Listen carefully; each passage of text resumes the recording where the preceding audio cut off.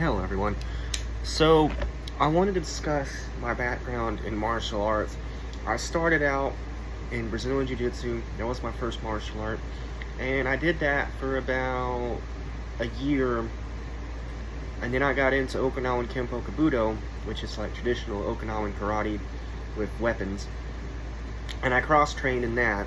And I was going about, 5 days a week. I was doing 2 days of Brazilian Jiu-Jitsu and like 3 days of Kempo. And I did that for about like 2 years. Then I went off to college for law enforcement. And while I was in college for law enforcement, I went through a course on defensive tactics. So I learned a little bit more in depth, like grappling, baton, pressure points, stuff like that, weapon retention, disarms, weapon disarms, things like that. And then while I was doing that, I was also training with some friends, and I learned kickboxing, I learned some boxing, I was learning some Aikido, I was learning a little bit of Muay Thai, and this wasn't like anything real formal, but I was like practicing like every day. Now the law enforcement training was formal. I was going to some Aikido formally, I was going to some kickboxing formally, every once in a while, but for the most part I was just sparring with friends. This was back before I had neuropathy in my legs, so I was able to actually move around and stuff. Then I kept doing that for a couple of years, and then eventually I started getting into work in the security, and then I was able to go back to training formally. And I was training in a combination of Japanese Jiu-Jitsu, Muay Thai, boxing, and Brazilian Jiu-Jitsu with some like catch wrestling and Judo. I learned a lot about Kazuchi, which is like the off-balancing in Judo. And I learned some pins and stuff from Judo, some Niwaza, some ground techniques. And it really helped me to understand Brazilian Jiu-Jitsu even more. And nowadays, I'm just sort of training in Kempo. Because of the neuropathy, I'm not so much focused on a lot of these more strenuous martial arts, and that's just because I can only do so much seated now, so I'm having to adapt a lot of my techniques and a lot of my tactics to a seated position, because I just can't. It's hard. It's hard coming to grips sometimes with this disease. I have a genetic disease that has caused my legs to basically waste away. I have difficulty walking without an assistive device. I have to wear these braces on my feet, and they're carbon fiber. They're pretty stout. They are not comfortable, so I don't get to wear them very long. I've tried training in them. And I was able to a little bit before kind of do some like light boxing on a heavy bag, but I keep falling down and lose my balance. So now I'm starting to think maybe I might want to learn like maybe some seated Wing Chun, and maybe work on the Wing Chun dummy and do some stuff with that. I think that would be really fun and intriguing to do. I still do kata from Kempo.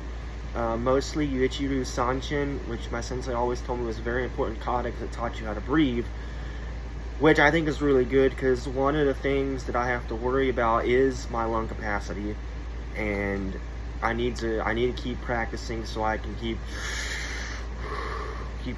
keep exercising my lungs. So I think there is some benefits to that as far as kata goes. Now I know there is a lot of talks about everyone does martial arts for different reasons. I do martial arts because I enjoy it. It's good for my health, and it's just good for me. You know, it's better than just doing nothing. And even if it's just little bits at a time, it's still better than nothing. Now, I know a lot of people think, oh, well, you should only do martial arts if you're going to fight or do self-defense or something. I don't think that's true. Personally, for me, I don't think that's true. If someone wants to go and do something like Tai Chi, it's great. Like Tai Chi is like the multivitamin of martial arts. Like, there's so many benefits to it. Just so many. Aikido, you know, it may not be the greatest thing, and it's in sliced bread for self-defense, but I mean, it's a fun, beautiful art. Judo, You know, it's a great, fantastic sport. And honestly, I think Judo is a pretty good self-defense system. Like, if you've ever been thrown by a judoka, then you know, like, that ain't fun. I would even argue that even just like wrestling is a good self-defense system. But I mean, those are my opinions from, like, I've sparred with judokas, I've sparred with wrestlers. I will say that, like, they are some of the toughest opponents that you will come across in a sparring context. Wrestlers have this grind about them, like you're not gonna, they're gonna take you down, like, unless you also know wrestling or you have like judo or some type of stand-up defensive grappling martial art. Even then, if you don't know wrestling, you're probably gonna get taken down. But I mean, it's all part of the fun, that's just how it is. But my thoughts on it nowadays are, I think martial arts should be accessible to everyone, and I'm trying to start an adaptive fitness martial arts system so that other people like me who have neuropathy, who have these neurological diseases, who have these degenerative diseases, who can't do martial arts like they used to, they can still become active, they can still practice what they love, and there should be no barrier. There should be zero barriers to martial arts, and that's my belief, and that's what I'm working on, and I'm going to keep working on that. Like, there should be none. I believe martial arts should be accessible to everyone, and no one should ever judge anyone for any art they do if they're realistic and honest with what they're doing. Like, all right, like, I'm going to put it out here. Here's a disclaimer, all right? So people that are like, oh, you should just do martial arts because you got to fight, and that's it, and sorry for the it's, when people say, like, oh, well, martial arts, the only thing you should be doing for is for fighting, I'm kind of like, okay, so if you're that worried about being in a life-threatening altercation, buy a gun. Get insurance, buy a gun, learn weapon retention, and carry it on you all the time. If you're that worried. Like, that's my honest opinion. Because, like, there is no amount of boxing, MMA, anything that's going to stop a bullet. I'm sorry. There's not. I love martial arts, don't get me wrong. There's ways to disarm people and stuff like that. But, like, realistically, like, someone has a gun, like, you're not going to bob and weave a bullet.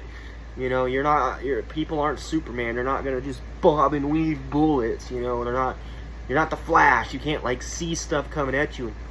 I mean, that'd be cool if you could. Don't get me wrong. That'd be pretty dope. But it's not happening. It's not happening.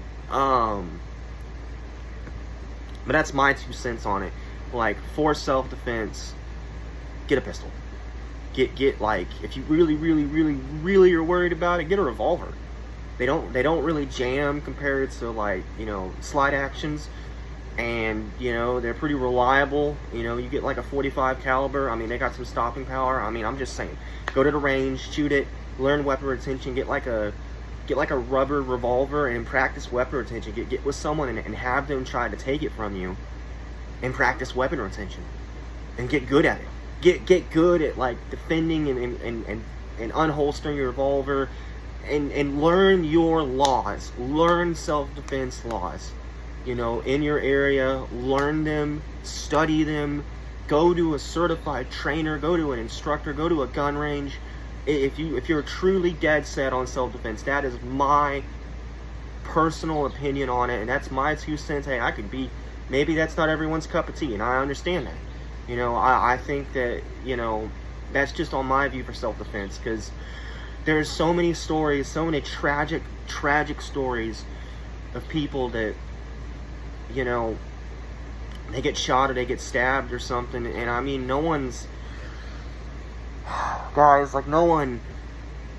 it's not a duel, it's your life, and especially in states where you have, like, the right to defend your home or your property, get a gun. Like, don't try to be a hero, don't try to play around and fisticuffs with a robber. Like, de-escalate that situation, obviously, if you can. De-escalate it. But for the most part, you know, be prepared that if someone breaks into your home and they're trying to cause you or your family or your loved ones harm, that you need to be able to defend yourself. I'm not saying martial arts can't be in those contexts, but what I'm saying is that a firearm's more reliable. That's a reason that, you know, in way millennia ago, martial arts were used in combat. But when firearms got invented, they stopped really being used as much. And when I say martial arts, I mean all the way up. Like, using a spear is a martial art. And I mean, spears were used for thousands and thousands and thousands of years. And, you know, even a bow, even using a bow is a martial art. I mean, even using a gun is a martial art on a technicality. Like, there's actual Japanese martial arts that focus on the usage of a firearm and how to correctly wield and use one. So, I don't know how to pronunciate it correctly, but I know it exists. But those are kind of like my views on it. I just wanted to kind of give my background, my opinions on these matters, because it's one of the big things that people kind of go at me and they're like, oh, well, you're not fighting, so like, why should we listen to you? And I'm like, you're right, I'm not fighting. I've never competed besides maybe like once in my life, and I got like 1 gold medal. Ooh, you know, big whoop. Like, I sparred like one person in a tournament in jiu-jitsu and won with, back before my legs had neuropathy, I won with a triangle choke. But I mean, I was never a great fighter, you know, but like they say, those who can't teach, and that's kind of where I'm at now. I'm like, I want people to fight for their lives, for their health, not other people. That's not, I don't advocate violence. Anyone that does advocate violence, now when I'm talking about self-defense, that's different. We can all understand it. Let's be adults here. We can all understand that defending your home is different. You don't know what kind of person is coming through that door, that window, entering your home illegally. You know, you have a right to defend yourself. In those contexts, a firearm is probably a prudent move. Now, going on to the topic of fitness for martial arts, I truly do believe that all martial arts, whether it is boxing, whether it is kickboxing, whether it is Muay Thai, whether it is Aikido, whether it is Judo, whether it is wrestling, whether it is Krav Maga, whatever it is, Tai Chi, any form of karate, anything at all, they should all be able to be accessible to everyone. Now, some arts are going to be a little more tricky to be made accessible to other people than other arts, but if you look at the context and the historical data related to them, you can probably find techniques that can be adapted. For example, let's use karate, because it's practiced by over 50 million something people in the world, so we'll use karate as an example. Most systems of karate have these blocks. Now, I made a video on these blocks and where I think they came from, like the context of armor and wearing armored like gauntlets or chainmail or something, using the block like blades or something. But as far as like adaptive fitness goes, this can be done from a seated position. You know, this can be, I mean, I'm doing it right now and I'm seated. You know, I'm doing it right now. Seated position. Or you can even, you know, throw strikes from a seated position. You know. Now, you may not be able to do footwork, obviously, but you can still move. You can still do some forms of kata from seated. Now, you might have to modify some of them. And let me touch on that for a moment. So, one of the kata that I learned in Okinawan Kenpoku Budo, one of the first kata I was ever taught, was Yuichi-Ryu Sanchin. And I've made a couple of videos on that kata and some applications, what they call bunkai, for it. And, well, I think it's a great kata. And I also think if it's done in a slow, controlled manner, it can be very, very good for your health. And I'll explain this to the best of my understanding. So when you start with the kata, it's Yuichi-Ryu Sanchin, then you say skate, date, hajime. And hajime, I believe it is Japanese for begin. I could be wrong, or starts. It's been a while since I've actually had to use the pronunciations, but hopefully I'm not mispronouncing that or misunderstanding that. But I believe it's begin or start. I think that's what hajime means. Anywho, so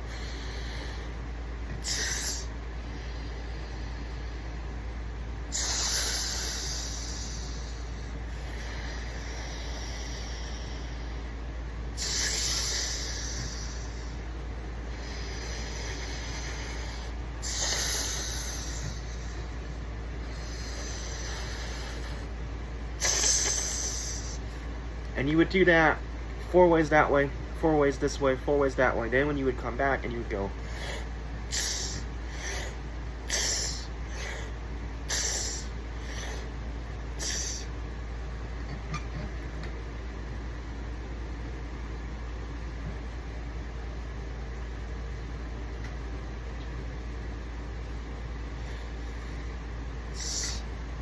now, I did this kata fairly slow.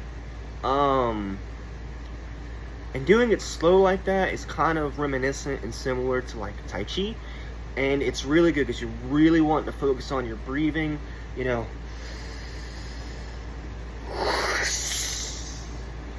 And that's expelling the air out.